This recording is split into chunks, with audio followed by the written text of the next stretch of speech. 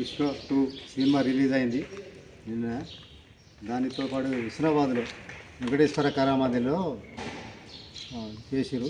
దానికి టికెట్ 100 రూపాయల టికెట్ ఉంటే దాన్ని దిద్ది 300గా దిద్ది టికెట్ దాని మీద చేసి దానిలో సౌకర్యాలు లేవు, చక్కగా మూత్రశాల చక్కగా లేవు, పార్కింగ్ లేదు, ఇవన్నీ లేవు.